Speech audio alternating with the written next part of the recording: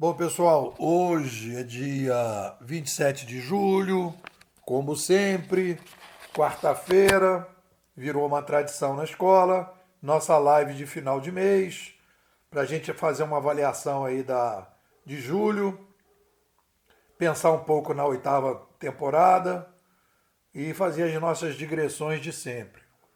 Olha o Rodrigo chegando aí. Oi, doutor Rodrigo. Rodrigo, às vezes o Rodrigo entra e não pode falar, tá no trabalho. Tem que estar com o microfone fechado. Então estamos aí, Rodrigo. Tô sabendo que você tá com essa dificuldade aí, pode ficar escutando na boa. Senhoras e Ok. senhores, é isso aí. Beleza. Estou sem áudio e vídeo. Então, beleza, sem problema. Então, olha só. É, então, eu estava comentando aqui com a Fernanda, né? Começando nossa live, a gente estava fazendo um bastidor aqui. Eu estou numa cidade de 200 mil habitantes. Dentro da cidade de 200 mil habitantes, eu estou num bairro, assim, muito vazio, pouca gente. E você só percebe o quanto isso é bom quando você desce para o Rio de Janeiro. Que aí você vê aquele. E não é São Paulo, hein? Aquele mar de gente e carro e muita gente. E aqui eu estava com uma amiga minha aqui no domingo, ela veio do Rio, ficou aqui no domingo, eram 7h15 da noite. E eu falei para ela: olha quantas pessoas estão na rua. 7h15 da noite. Não tinha ninguém na rua. 7h15. E não é porque as pessoas iam ser assaltadas. Não estavam ninguém, porque não tinha ninguém. Então essa tranquilidade é.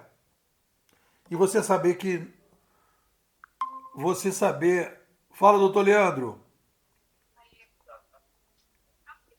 Opa, tudo bem? Pessoal, eu estou em trânsito aqui, vou ficar só ouvindo aí os mestres aí, tá bom? Boa noite a Beleza. todos. Beleza. Um abraço. Boa Então, noite.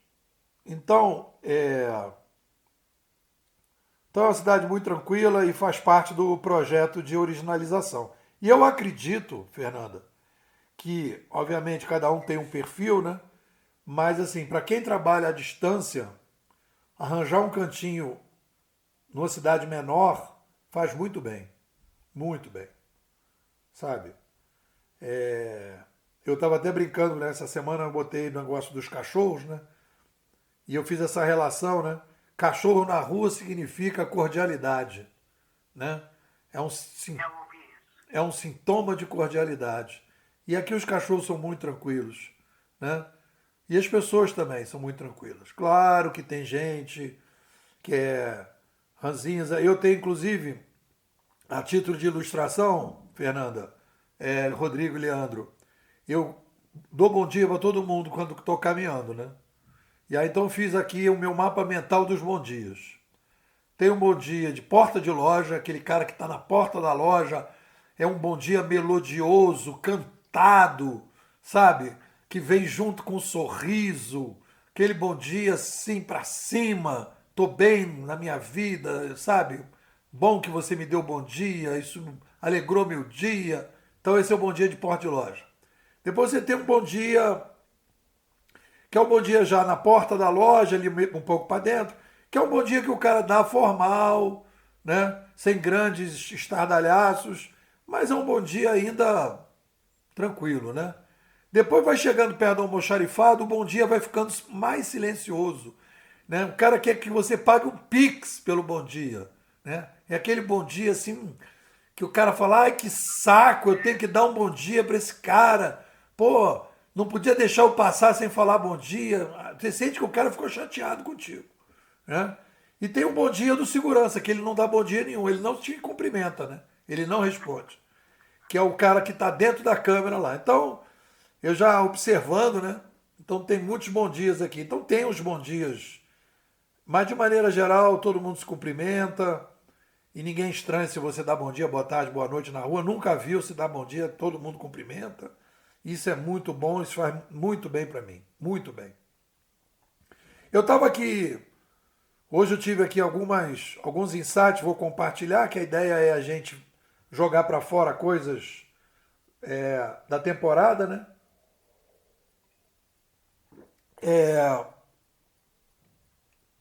Eu estava assim pensando que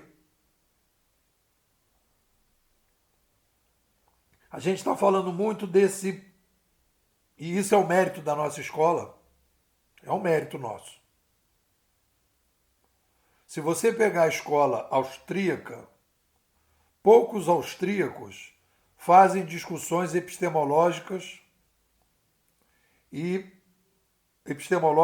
e intermediárias falando do própria escola, refletindo sobre a própria escola.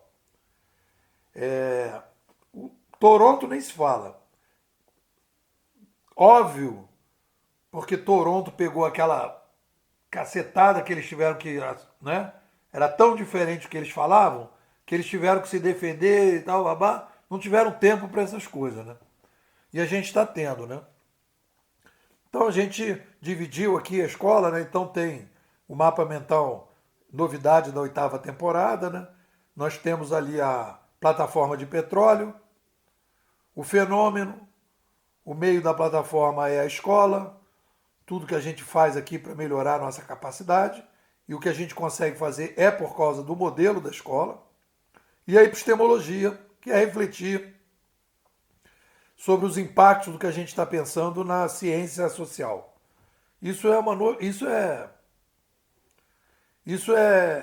Eu diria que é a ciência completa. Entendeu? Completa. É o conceituador completo. Eu me sinto um conceituador completo, porque os 3 níveis estão sendo trabalhados. Inclusive agora na 8ª temporada, falando da 8ª, né? Eu introduzi lá no resumo da semana as mudanças operacionais na escola. Para as pessoas saberem. Olha, agora, a partir de agora, no artigo tem historietas. Inspirado aqui por Dona Fernanda Pompeu. Então tem as historietas, tem as historiazinhas e tal. Então isso virou um marco. Me lembro que o Rodrigo, na 7ª temporada, falou de mapa mental. Mapa mental hoje é assim, parte integrante da bimodade, né? Não tem um artigo que não tenha pelo menos uns 3 mapas mentais, né? Todos. Então a minha cabeça já é mapa mentalizada, né? Então eu já vou pensando, já vou dividindo, já vou colocando. Tudo isso é resumo.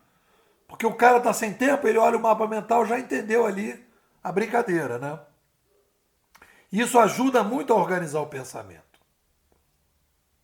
Então eu estou falando isso, essa digressão toda, para falar o seguinte: dentro dessa ideia da epistemologia, a sacada de hoje, novíssima, é a seguinte: a escolha do Pierre Levy, quando eu me tornei leviano, na verdade eu estava abraçando o McLuhan e a escola de Toronto, sem saber. Naquele momento, é como se a gente tivesse saído. Você já viu aquela ilustração, Fernanda, que tem um aquário e tem um peixinho pulando para outro aquário? Na internet, essa é muito... Então, no momento que eu escolhi o Pierre Levy, eu era um peixinho que estava dentro do aquário, na ciência social 1.0, e pulei para a ciência social 2.0. Aí quando você chega ali, é um aquário com muito pouco peixe, que nem Teresópolis. E nesse momento, é como se você tivesse ido para outro planeta.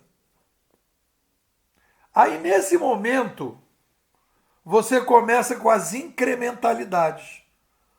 Já não é mais a disrupção. A disrupção já foi feita por inicial naquilo. No nosso caso, eu acho que teve um outro pulo de aquário. Nós tivemos a maneira de pensar, eu estava ali no CRI, Sociedade do Conhecimento, lá na ciência da informação, no IBICT era a Sociedade da Informação, no CRI era a Sociedade do Conhecimento, e ali eu estava nesse aquário. Conhecimento em Rede, meu primeiro livro, influenciado pela Sociedade do Conhecimento, papá. Aí, no livro de 2013, fazendo aqui uma digressão, eu pulei para o aquário de Toronto. Aí entrei no aquário de Toronto. E aí fiquei ali navegando e vendo Pierre Levy, maravilha, bababá, bababá, coisa legal, não sei o que, babá, babá. Mas a gente não parou aí. Não foi uma incrementalidade só. No momento que o garoto lá, e aí que eu digo, eu estou escrevendo um artigo, Fernanda, falando das pesquisas, olha só, Fernanda, pesquisas na área de ciências sociais, específico. Pesquisas clientelizadas e pesquisas desclientelizadas. A Bimodais e o meu trabalho pessoal sempre foi uma pesquisa clientelizada. Lança o livro e vai para o mercado. Testar as hipóteses. No momento que aquele garoto colocou para mim, e isso foi muito importante, que mostra a pesquisa clientelizada, Fernanda, que ele perguntou, Nepô, era uma empresa estatal do Rio de Janeiro, Nepô,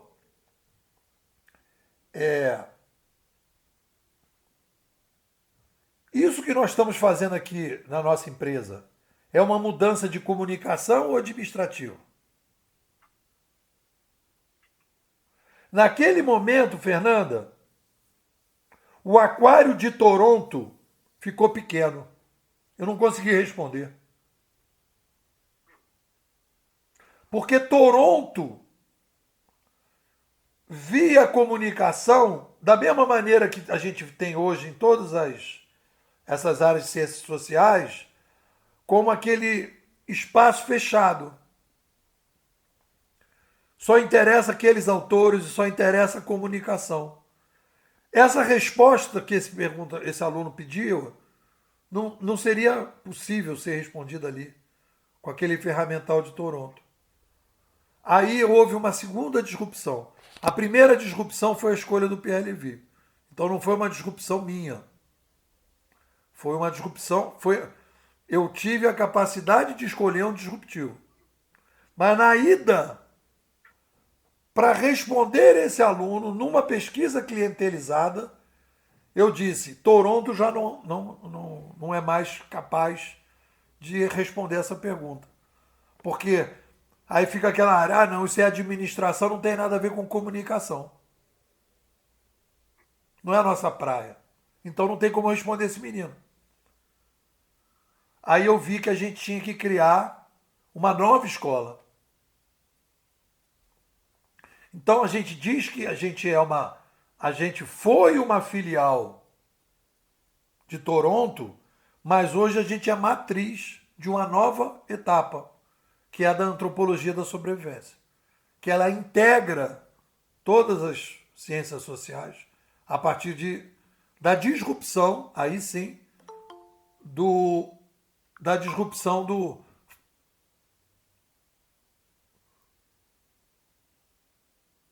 Oi, Lawrence. O Lawrence entrou, não sei se entrou ou não entrou. Rodrigo Palhano. Fala, Palhano. Boa tarde ou noite já, tudo bem? Tudo bem? Tudo ótimo. Então estamos aqui falando fazendo aqui uma digressão, usando uma metáfora do aquário, para o Lawrence e para o Palhano que estão chegando, que o papo é o seguinte. Eu me vejo em 3 aquários. O primeiro aquário foi o aquário da Ciência da Informação e do CRI, Sociedade da Informação, Sociedade do Conhecimento. Aí li o Pierre Levy, fui para outro aquário e me tornei um leviano. E descobri que ser leviano era abraçar Toronto. E aí então entrei no Aquário de Toronto, fazendo uma revisão do que a gente estava conversando. No momento que eu virei Toronto e fazendo uma pesquisa, me relacionando com os clientes, e o aluno me pergunta: nós estamos aqui vivendo uma mudança de comunicação ou de administração? Nesse momento, o Aquário de Toronto não foi mais suficiente para responder esse aluno. E aí eu fui obrigado a ir para um terceiro aquário. E aí, nesse terceiro aquário, nós estamos na Bimodais. A Bimodais é que eu estou construindo. Esse terceiro aquário é a antropologia da sobrevivência. Aí a antropologia da sobrevivência consegue responder esse cara e ajudar. Então a gente está indo para esse terceiro aquário. Então o que eu estava comentando, que é o seguinte: feita essa disrupção, então teve a disrupção do McLuhan, que criou o segundo aquário, teve essa disrupção da antropologia da sobrevivência, que criou o terceiro aquário, e agora existe uma incrementalidade do ponto de vista da visão de cenário. E aí então a gente está só aperfeiçoando aquele núcleo duro. A gente não muda muito o núcleo duro. Aquela ideia, aumentou a população, precisa fazer uma revolução de mídia, e a revolução de mídia cria uma revolução da sobrevivência, isso pouco muda. O que vai aperfeiçoando é uma série de coisas que estão em torno desse processo. Então o núcleo duro desse terceiro aquário, ele tá forte. Oi, Leliane, boa noite. Ele tá forte. Bom, por que eu estou falando isso? Estou fazendo então aqui uma digressão sobre isso. Quando a gente chega no terceiro aquário, a gente tem incrementalidades na visão de cenário. Aí é como se a gente pegasse, nesse terceiro aquário, um problema que é o seguinte: pô, tudo que eu estou dizendo ninguém quer. As pessoas eu não estou multiplicando como eu gostaria a ideia do que a gente está falando. E aí vem um problema que também tem a ver com o teu cliente. Quem são os clientes que têm interesse nessa conversa, nessa visão que a gente está tendo? Aí a gente entrou nos disruptores. Aí começamos uma nova pesquisa e aí então começa um processo de novo de início, né, de disrupção, etc, etc. Então, é interessante, numa escola de pensamento, eu estou lendo aqui o Mises, por sugestão, acho que foi do Caio, é o quarto livro, né, da 8ª temporada, ele é da escola austríaca. Então você tem um fundador da escola austríaca, que é o McLuhan de lá, e depois você tem os incrementadores do McLuhan, deles. E a gente também fez isso. Só que a gente deu um pulo por causa do problema que a gente tinha. Bom, essa é a primeira pegada. Fernanda, comenta aí, você que está desde o início.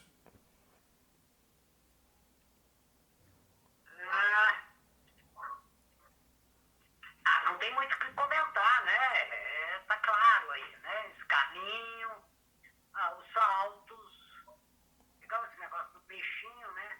Vai pulando de aquário, né? Mas o que é mais importante, eu acho? Que isso não é algo que sai de dentro da nossa cabeça, no caso da sua. Quer dizer, não sai porque você foi dormir e acordou com vontade de. Sai porque alguém, no caso do seu cliente, né? No caso aí foi o garoto, o aluno, né? Jogou uma pergunta e você sacou de repente que você precisava, o que você tinha até então não era suficiente para responder. Eu acho que isso é muito interessante porque é o que de fato acontece, né? São as pessoas, os nossos clientes, os que vão colocando. Vou dar um exemplo aqui, né? Vou dar um exemplo ficar concreto. Hoje, por exemplo, eu estava conversando com uma provável futura mentoranda, né? E ela disse que o que ela quer é o COP, todo mundo está fazendo na internet. falando em copy, né? Muita gente está falando em copy. Então eu fiquei pensando, será que eu vou ter que agora estudar um pouco mais de copy? Ou seja, a partir de uma demanda, é isso que eu quero dizer. A partir de uma coisa, né? As pessoas vão trazendo e você vai ter que dar conta, né? De responder. Claro que é diferente, eu não tenho uma escola de pensamento, nem é a minha pretensão, né? Estou numa escola de pensamento, né? A minha pretensão, na verdade, ela é mais, num certo sentido, mais simples, né? Que é como é que eu resolvo os problemas que essas pessoas estão trazendo para mim. Mas entendo muito a lógica do que você está falando, e é isso mesmo, né? É isso mesmo. Porque eu acho que tem uma diferença, e aí eu acho que eu estou querendo agora falar, não estou mais falando de ciência, estou falando de ciência social. Eu acho que tem que delimitar nesse aspecto. Não dá para a gente falar de planeta, gambá, passarinho. Isso aí é outra praia que não é a minha, que eu não posso. Mas nas ciências sociais, pesquisas clientelizadas, que é um artigo que eu estou escrevendo, pesquisas clientelizadas, que a bússola é o cliente, você vai seguindo um fluxo que não é o fluxo do pesquisador. É uma relação entre a demanda e a oferta. E você vai caminhando e vai se direcionando e vai aprendendo nessa relação cliente-pesquisador. Numa pesquisa desclientelizada, o cara não tem bússola. O cara pode passar a vida toda caminhando, indo e fazendo as digressões que ele quiser fazer, e aquilo ali, e a chance daquilo ali se afastar dos fatos é muito maior. Porque, querendo ou não, o cliente tem um problema, e o problema está próximo da sobrevivência. E a ciência, já falei isso aqui 200 vezes, né? A ciência foi criada para resolver problemas de sobrevivência, né? Quanto mais ela ajuda a resolver problemas de sobrevivência, mais ela é significativa. E vice-versa. O Leandro não está podendo falar, o Rodrigo não está podendo falar. Doutor Palhano, do pouco que ouviu aí, qual é o pitaco? Eu peguei o bonde andando também, mas assim, da conversa aí dos aquários e da evolução da própria escola, como o Depô falou, né? Do início da leviandade indo para McLuhan. Se eu fosse dizer um aquário, né, no qual eu estou querendo nadar agora, eu acho que esse aquário é bem voltado para a educação. Então, tanto educação voltada assim, para pedagógica, né, para a área infantil, quanto para a área adulta. E esse é o único recorte que eu acho que é pertinente, né, para o aquário que eu quero mexer. O teu cliente é o aluno ou é o professor? O meu cliente é o aluno ou o professor, tanto faz. É porque hoje, por exemplo, você pode ser autodidata, né? Então, eu não faria exatamente para o professor. Quem está fazendo um trabalho nessa direção é o Marquesetti, né? Que está fazendo uma especialização, pesquisando especificamente o professor. Mas para mim não, seria algo um pouco mais generalista. Eu não faria assim, educar para a profissão, ou educar para a cidadania, ou educar para a educação. Quero fazer um compilado mais genérico que possa qualquer profissional usar, um político, um educador, enfim, que é o entendimento, né, de como a mídia afeta mais subjetivamente essas pessoas. Agora, eu teria um material à parte, teria que ter para criança, porque daí realmente a abordagem tem que ser diferente. Eu vejo que lá fora, né, nos Estados Unidos e no Canadá, o pessoal tem trabalhado muito isso já. E tem, inclusive, associações, né, de educar para a mídia, criança, e com uma pegada bem diferente do que você vê aqui no Brasil. A nossa educação para a mídia aqui, seja para criança ou seja para o adulto, ela é conteudista, ela é da utilidade da ferramental. Então, quando o pessoal vai abordar aqui, né, tecnologia na escola, vamos ensinar a criança sobre tecnologia. Nós vamos dar um tablet para a criança e mostrar como usa o Google, como acessa a Wikipedia, como usa a tecnologia, como ela tira proveito da tecnologia naquele sentido. E talvez como evitar fake news, ter comportamentos que vão evitar perigos, né, de assédio na internet, esse tipo de coisa. Mas ele é todo conteudista. E no meu entendimento isso é importante. Eu não acho que é errado ensinar isso, mas não é só isso. Então, o que não tem aí? Não fala não ensinar para uma criança ou para um adulto a tecnologia enquanto ambiente, não enquanto utilidade. A tecnologia enquanto forma e não enquanto conteúdo. Entende? E essa percepção, eu acho que faz toda a diferença para você ser o melhor profissional, ser o melhor cidadão, vamos dizer, a criança já nasce com essa percepção. Então ela entende ali que a mídia está fazendo a cabeça dela, independente do conteúdo que ela está fazendo, ou independente da utilidade que ela está dando para aquela tecnologia.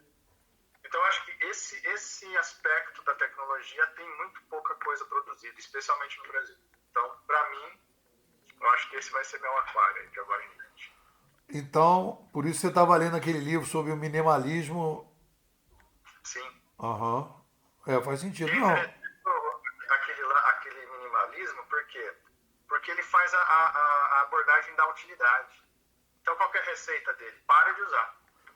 O que eu acho legal aí, Palhano, observar aí, fazer só um comentário aí, um parênteses aí, eu acho muito legal isso, porque eu acho que você, a partir daí, e eu não via isso, né, em alguns momentos, né, você está trabalhando em cima de um cliente, né? A partir do momento que você define isso que você está falando, digamos, em termos de pesquisa, em termos de pergunta, em termos de foco de pesquisa, você, na verdade, passa a ter um cliente, né? Você diz assim, não, é a questão da educação para esse ambiente, né? É isso que você está falando. Vou tentar sintetizar o que você falou. Você está falando, eu quero traduzir, né? Eu quero ajudar as pessoas a viver. Então, qual é a pergunta a foco que você está trazendo? Eu quero que as pessoas aprendam a lidar com esse novo ambiente digital, né? É isso que você está falando. Isso é uma pergunta. Isso tem um cliente. Isso é muito bom por quê? Porque no momento que você define essa pergunta e você tem um cliente, você vai ter que arranjar, e aí é uma sugestão, né? Você vai ter que arranjar um cliente, seja ele o cara que vai escutar teu blog, o cara que vai escutar teu áudio, teu vídeo, ou o cara que vai ouvir sua palestra, ou o cara que vai participar do workshop, e você vai chegar e dizer, esse cara estava assim, ouviu o meu workshop, ouviu minha palestra, ouviu o meu vídeo, e ele melhorou isso, isso, isso. Então, no momento que você tiver essa métrica, você passa a ter um balizamento do teu estudo. Estou melhorando, estou piorando. Tem que ir mais fundo aqui, que mais fundo ali. E aí você então começa, aí sim você começa a estrada. Eu acho isso fundamental. Sem cliente, claro que você pode ter pesquisas que o cara pode fazer. Eu não tenho problema nenhum com isso. O problema é a taxa de qualidade da ciência social quanto mais próximo você tiver do cliente, mais relevante ela passa a ser. E pode ser qualquer cliente, porque aí você vai dizer, o cara é historiador, tá vendo como é que foi a Guerra do Paraguai. Cara, se tiver 300 caras interessados na Guerra do Paraguai, aqueles 300 caras melhorando a visão da Guerra do Paraguai, o cara já está fazendo um trabalho de melhoria para aqueles 300. Aí ele vai ter que analisar qual é o senso comum sobre a Guerra do Paraguai. O que eu estou introduzindo de novo sobre a Guerra do Paraguai? Né? Como é que eu explico melhor o que eu estou introduzindo de novo? Como é que eu chego nas pessoas interessadas na Guerra do Paraguai? Então é uma série de coisas que vão gerando esse processo. Doutor Lawrence, como vai o senhor? Tá sumido, hein, rapaz?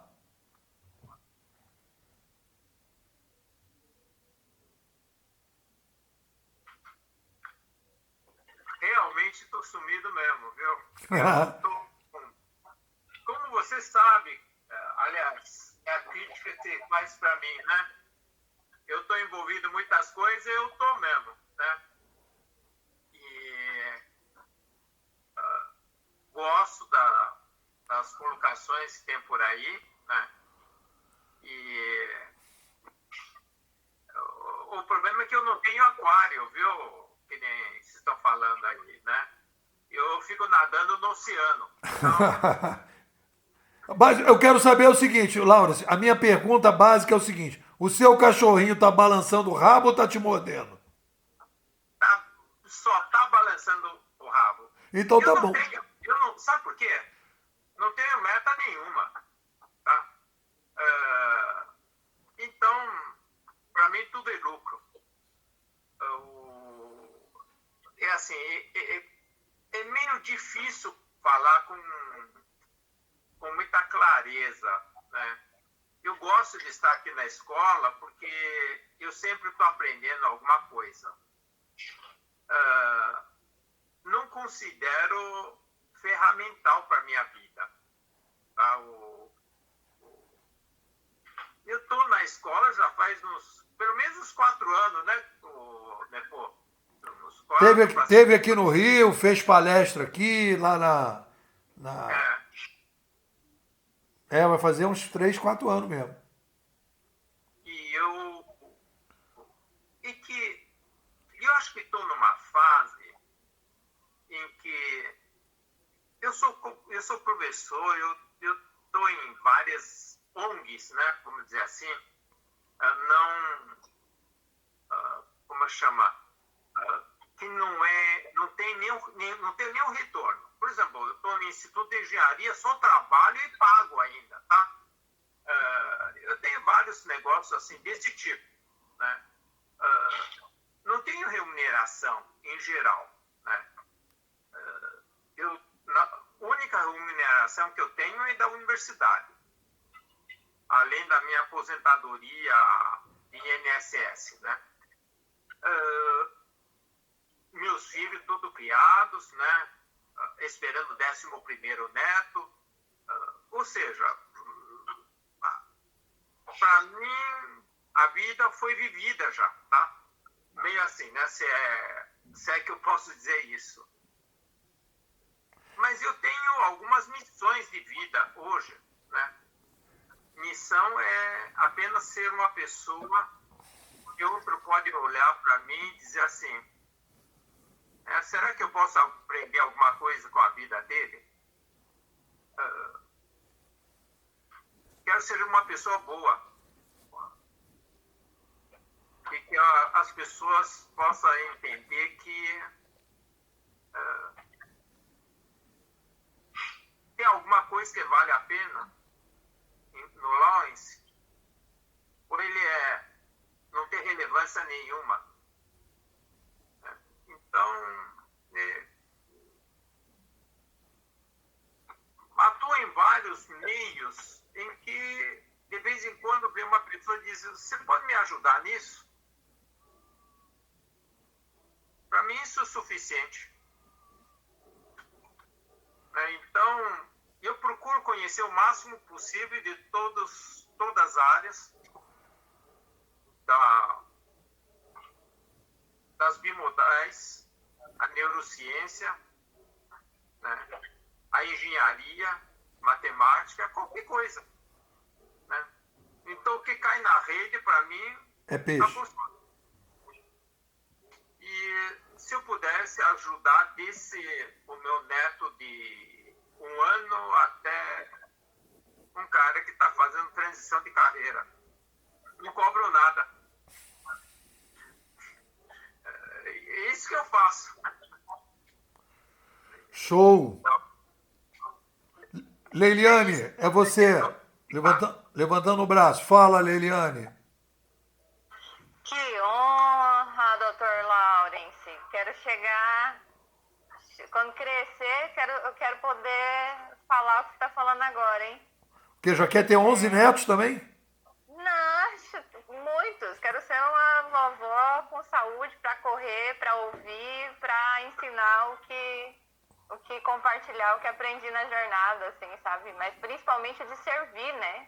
Eu ouvi o Lawrence falando aí, é a missão em servir, né?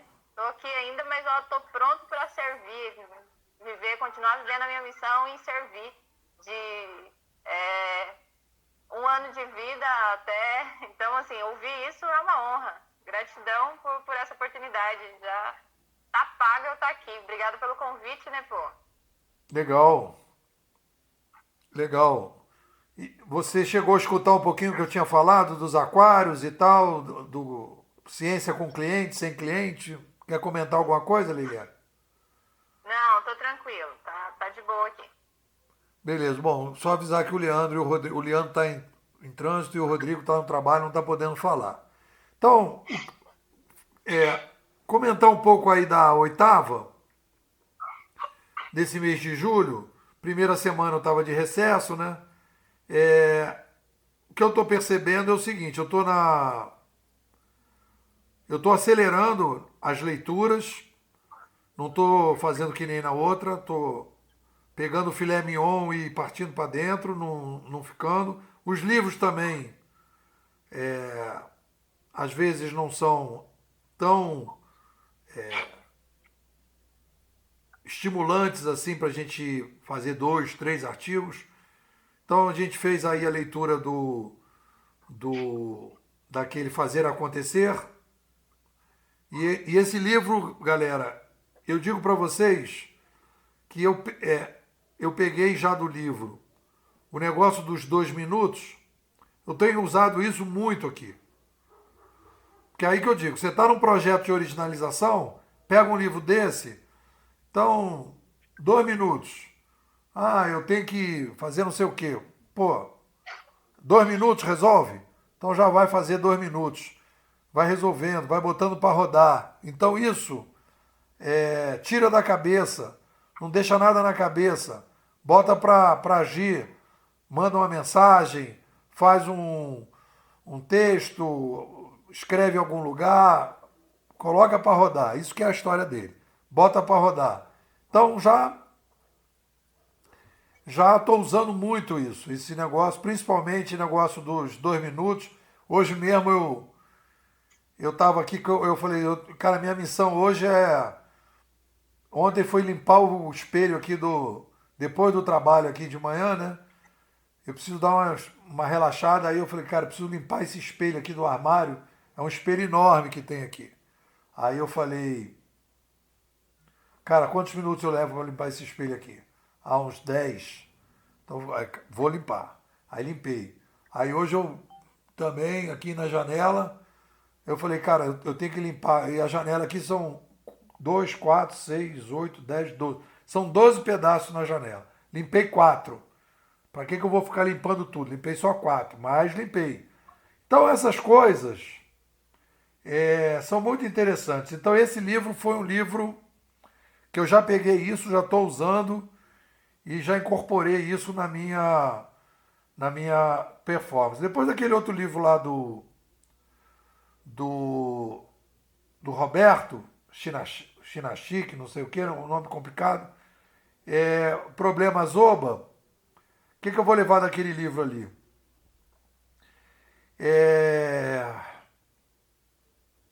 Eu acho que você encarar, né, os problemas, né? Eu acho que eu me remeti depois daquele livro ao livro do Foda-se, do Mark Mason, né?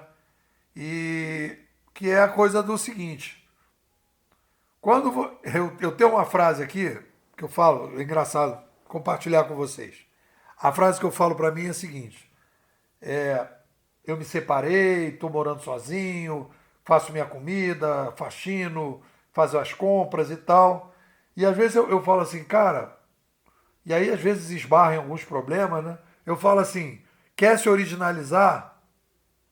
Por que essa é a expressão? Se originalizar não é para todo mundo. Porque o preço embutido, existe um custo embutido na originalização que tem muita gente que as pessoas de maneira geral não querem pagar esse preço. Porque você vai dizer não para o senso comum. Eu tive aqui um amigo, tive aqui outro dia um sonho aqui. Eu tinha um grande amigo aqui e ele entrou numa bad trip aqui e não queria ajuda e foi uma confusão e eu tive que cortar a relação. E ele faz parte de um grupo maior, né? E aquele grupo olha com estranhamento esse tipo de coisa, né? Porque a amizade é para toda a vida, né? E aí quando isso é o senso comum, né? E na minha visão, a amizade, enquanto estiver funcionando e os dois estiverem no espiral para cima, é para toda a vida. Mas quando o cara começa no espiral para baixo, você tem que se afastar.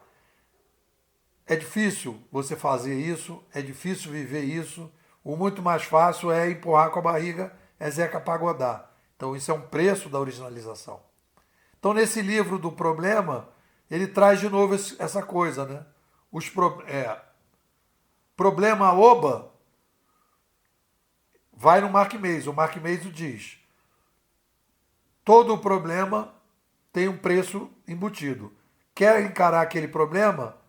Você está comprando aquele preço embutido. E ele fala o tempo todo, Mark Mason, não entre na fantasia de que para você viver melhor é só alegria. Ao contrário, você tem um custo embutido e você tem que estar pronto para aquele custo embutido. E ele fala, você está disposto a pagar esse custo? Sim ou não? E aí então você vai caminhar nessa direção. Então esse foi a sacação. Esse livro aí do Social Learning, tá ele aqui, ó. Esse por acaso aqui veio em papel, que o Fernando, que mora aqui, me emprestou. Ele indicou e ele me emprestou. Foi ótimo, porque é o livro do senso comum. E aí a gente consegue ver como as pessoas pensam naquele primeiro aquário, sem pular do aquário, sem ir para Toronto, como é o pensamento hoje pré-McLuhan. Aí está todo ele aqui, né? Tecnologia misturada, mídia é uma tecnologia, não separa. É um livro assim que dá pena. E eu estou lendo agora o livrinho aqui do 6 lições do Mises. E já de cara aqui, logo de cara, a gente vai comentar isso, eu já antecipo para vocês. Ele fala aqui uma coisa engraçada, você está falando de Servilha, Eliane, que ele fala logo de cara, que ele fala, as pessoas falam que existe o rei de chocolate, o rei do automóvel, o rei do algodão, né, criticando, né, o sistema, o cooperativismo. E aí ele diz, não, mas esses reis todos têm que servir ao cliente. Se uma empresa não serve ao cliente, ela não continua o seu reinado, que é diferente do rei absolutista que não precisava disso. E isso me trouxe uma discussão que eu vou aprofundar, que eu criei um conceito aqui da taxa reputacional. O aumento gradativo da taxa reputacional, em que, conforme a gente criou a república, e você passou a eleger os nobres, eleger o rei, que é o que a gente fez, né? Tira os nobres, bota como deputado, e tira o rei, bota primeiro-ministro e presidente, você aumentou a importância da taxa reputacional para que as pessoas pudessem escolher aquele rei e depois escolher os produtos e serviços. Aí você tem o marketing nas mídias eletrônicas para você aumentar a reputação das empresas e agora na reputação das estrelinhas, da curtição no digital. Então a taxa de reputação é fundamental para a descentralização. As digressões aí do livro do Mises. Essas leituras são muito boas, eu acho que a gente acertou muito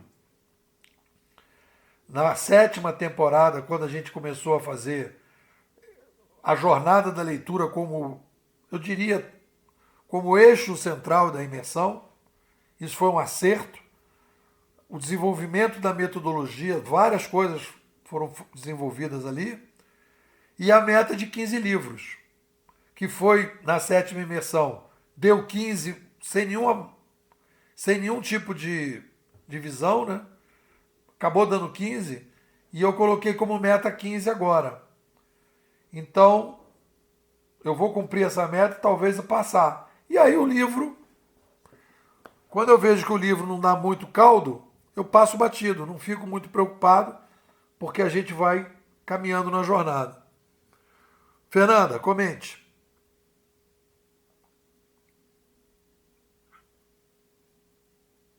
Isso aí, deu para perceber que isso mudou, né? Tá mudando na oitava. Dá para perceber, assim, por exemplo, no primeiro livro, lá do Oba, você fez um comentário, né? Gravou 2 áudios e foi suficiente. Esse último aí que você está lendo, e comentou inclusive hoje, você já falou, né? Não recomendo. Então, interessante isso. Quer dizer, no fim você vai escolhendo, filtrando o que vai render mais. Perfeito. Né? Isso causa mais leveza, né? Tipo, roda mais, vai rodando isso. Legal isso, me influenciou bastante, inclusive tenho comprado um desses livros, alguns, né? E tenho lido e tal, não acompanho a sua leitura, a sua, vamos dizer, velocidade de leitura, mas tenho lido às 5 da manhã, quando eu acordo, sempre dou uma listinha, fico 1 hora mais ou menos lendo, que é bastante coisa, por muitas páginas. Isso está bem gostoso de fazer, está gostoso e a influência é sua. Mas eu queria só aproveitar aqui, viu, para falar aí, eu achei a fala do Laurence maravilhosa, bonita, mas tem umas coisinhas assim, que oceano e aquário, eles não se contrapõem, na verdade, né? Porque não são metáforas, né? O aquário é uma metáfora, como o oceano, no seu caso, é uma metáfora. E o aquário é legal a gente pensar nele porque ele delimita, só por isso. Né? É como quando você vai quando você vai pensar a criatividade. Vamos desenhar, vamos fazer um texto que seja criativo, né? Primeira coisa, a gente põe regras, né? A gente põe no aquário. Não dá para criar no oceano. Tem que ir no aquário. Por quê? Porque o oceano é imenso. O oceano é a vida, é o caos todo. E no caos todo e na vida toda, a gente não. É difícil criar formas. Da mesma maneira que vem. Então, acho que são só metáforas. Mas achei muito bonito o que você falou ali do neto, né? Acho que se eu puder ajudar meu neto de 1 ano ou qualquer outra pessoa, excelente. Agora, isso também não se choca com a ideia do cliente. Você pode chamar essas pessoas de cliente. Cliente não é só aquele que te paga, né? Cliente pode ser aquele que precisa de você. Então, acho que, né, também a gente tirar essa ideia de cliente é aquele que vai me pagar. Não. Cliente é aquele que você vai servir. Você também pode chamar essas pessoas que você está conseguindo ajudar de clientes, né? Então, acho que não tem problema. Por exemplo, durante muito tempo eu tive muito preconceito, né? Uma pessoa com muitos preconceitos, claro. Porque eu vivi muito, né? Então, colecionei vários preconceitos. E um deles, Laurence, que eu tinha muito, era essa ideia do cliente. A palavra cliente me incomodava muitíssimo. Demorei para entendê-la. E a ideia também da venda, né? Por exemplo, tudo bem, você faz coisas e diz, eu nem estou recebendo por elas. Vai, perfeito. Mas isso não impede que você possa vir a receber. Você entende o que eu quero dizer? Não se choca.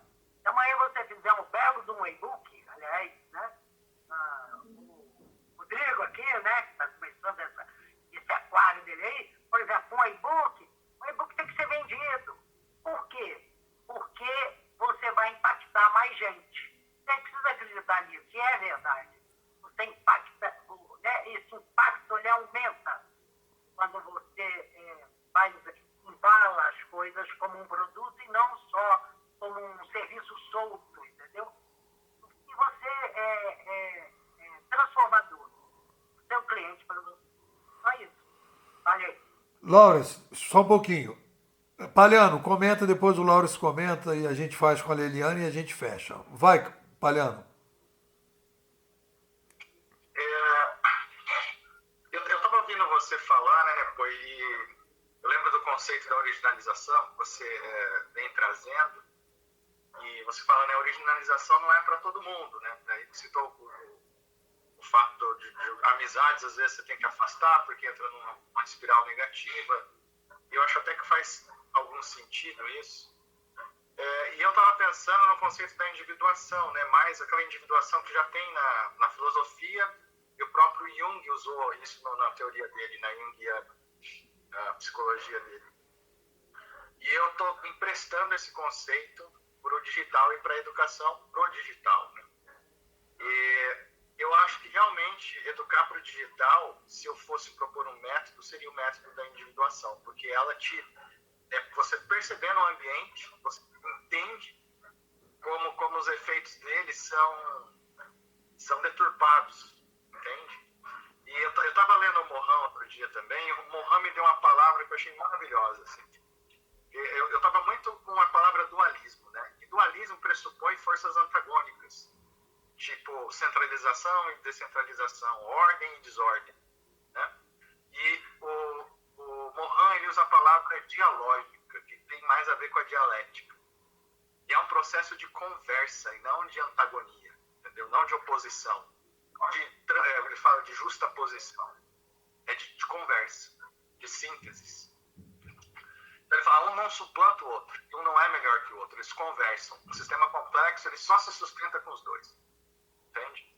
Isso fez muito sentido para mim, porque é assim que eu vejo centralização e descentralização. Eu acho que eles se apoiam mutuamente. Não são antagônicos. Eles são um sistema complexo que só se sustenta se os dois estiverem conversando.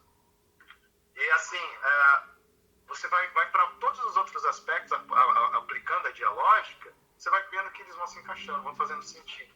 Você fala, olha, a internet, ela permitiu um maior grau de personalização. Então o indivíduo consegue escolher melhor, verdade. E o outro pé? O outro pé permitiu padronização. Quanto mais o indivíduo se personaliza, mais ele dá elementos para o algoritmo padronizar um grupo. Ele vai olhando para o indivíduo e vai falar, quantos indivíduos estão fazendo essa mesma escolha? Isso aqui é o grupo. Aí ele vai começar a bombardear todo mundo para ir para aquele grupo, por quê? Se ele agrupar e padronizar, é mais barato vender. Entende? Então você tem essa dialógica o tempo todo dialogando. E o processo de individuação, ele entende isso. Fala, olha, se você quiser se individualizar, você tem que sair do padrão. Entendeu? E você perceber que você caiu no padrão. Porque isso não é nítido. O cara que está dentro da internet não percebe o atalho, não percebe o padrão. E isso acontece e tem método e tem técnica para fazer isso. E o processo da individuação é perceber esse fenômeno acontecendo e entender como você pode sair disso para ter uma visão mais nítida, né, do que está acontecendo. Então é bem interessante nesse sentido. E você falando, né, falou, cara, originalização e individuação parece muito semelhante, mas nesses pontos eu acho que a gente diverge um pouco. Não, eu acho legal isso, né? Eu acho que individuação, originalização, tem uma menina que eu estou conversando muito com ela fala de autenticidade, aumentar a autenticidade. E também são palavras e tal. Uma coisa que eu já tenho há um tempo que eu queria comentar contigo é o seguinte. Quando a gente fala de centralização e descentralização, o que acontece? Porque a gente aumenta a população, o aumento populacional vai transformando a nossa espécie.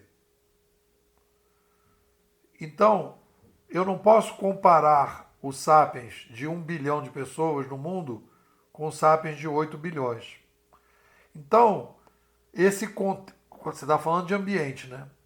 Você está falando de ambiente midiático. Mas o ambiente midiático está embaixo do ambiente demográfico.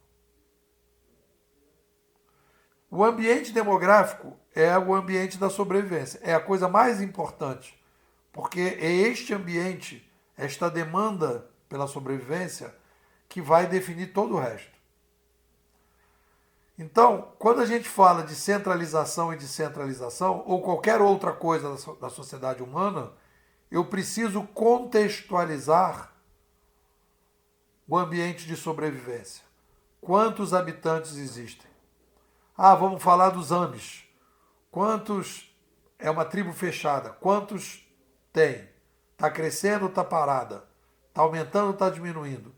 É isso que vai definir as demandas. Então, por isso que eu digo, a visão da antropologia da sobrevivência permite que a gente entenda o seguinte: a centralização do absolutismo é diferente de uma centralização de uma república menos democrática, porque o tamanho da população é outro. Quando a gente fala do Uber, é outro tipo de centralização, porque o cenário da sobrevivência é outro. Então, não dá. Existe, aí eu acho que existe um conceito, Palhano, que eu teria que botar no papel, que eu nunca botei. Hoje eu chamei de nulismo tecnológico. Eu diria que existe aí um problema de nulismo demográfico. As pessoas não colocam a população como a principal referência do pensamento das ciências sociais, que é a coisa mais importante que acontece na história da sociedade humana. Eu vou concordar contigo que a demografia impacta assim, em muitas coisas. Eu sou cético com relação a se isso é o mais importante em termos da análise. Eu acho que quando você deixa essa dialogia e assim, o sistema complexo ele vai funcionar em qualquer escala. Né? O sistema complexo ele funciona na física quântica ou vai funcionar na einsteiniana, entende? Porque no final das contas ele está falando de sistema igual. Então não importa o número de pessoas ali, aquelas leis vão funcionar. Então, assim, quando você fala de uma dialógica de centralização e descentralização, ela acontece numa vila ou acontece no planeta inteiro. Se você aumentar a população, aí na minha leitura, intensifica os dois. As duas forças vão intensificar nesse diálogo. Você vai ter mais descentralização acontecendo de um lado, mas ela está sendo puxada por uma centralização aqui do outro. Por exemplo, a gente sempre dá o Uber. O Uber descentralizou os táxis, mas criou uma cooperativa de táxi global que decide as regras. Então essa centralização é muito mais intensa. Mas você acha que a complexidade de um casal que vive numa ilha deserta é igual à complexidade de São Paulo? Não, de forma alguma. Agora, existe centralização e descentralização dos dois? Existe. Não. O casal é muito mais complexo. A intensidade é diferente só. Mas o princípio é o mesmo. Fala, Laurence. Eu ia fazer uma brincadeira, né? Um casal numa ilha deserta é muito mais complexo.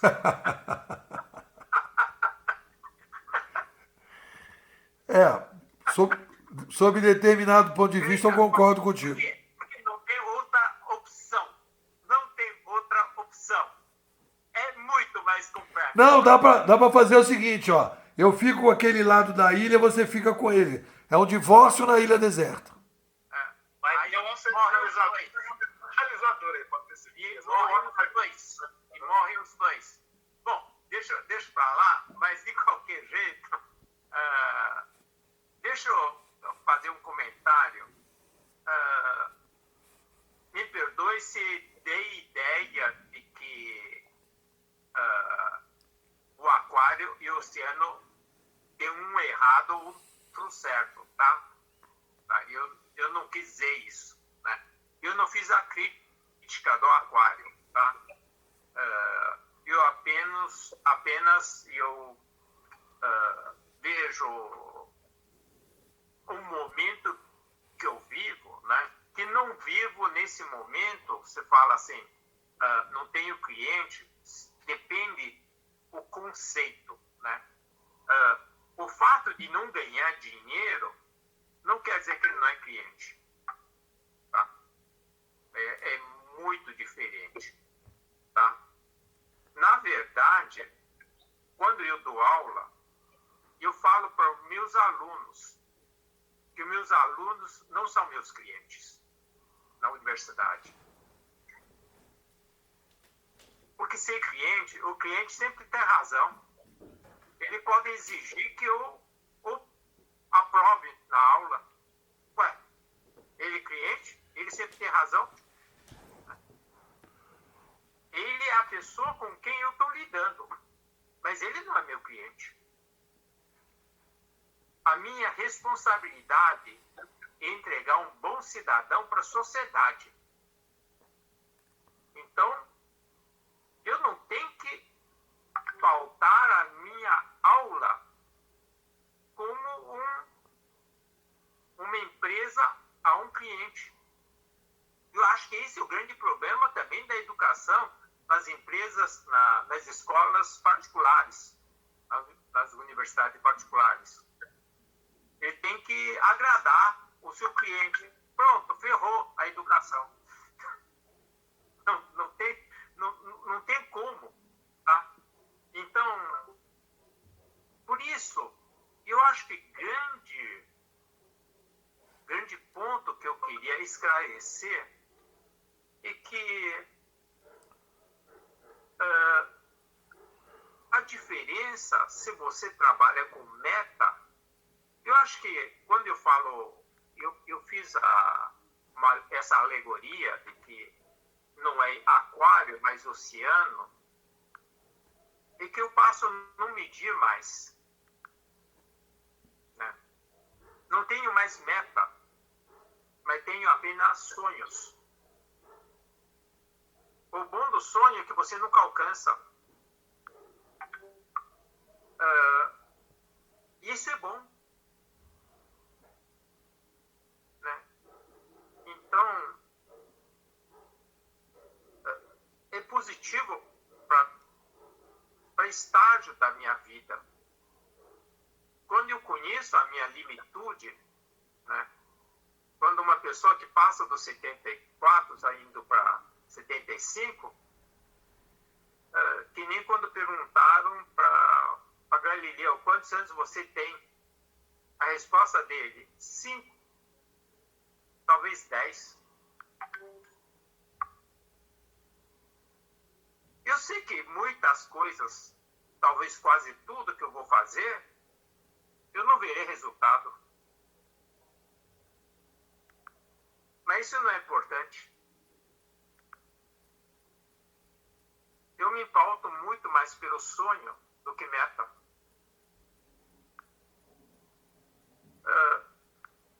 Isso dá liberdade de eu navegar para onde eu quero. Então, veja, não quero realmente dar uma impressão de crítica ao que está sendo falado. Né? Eu acho que a gente vive cada momento hoje. Tá?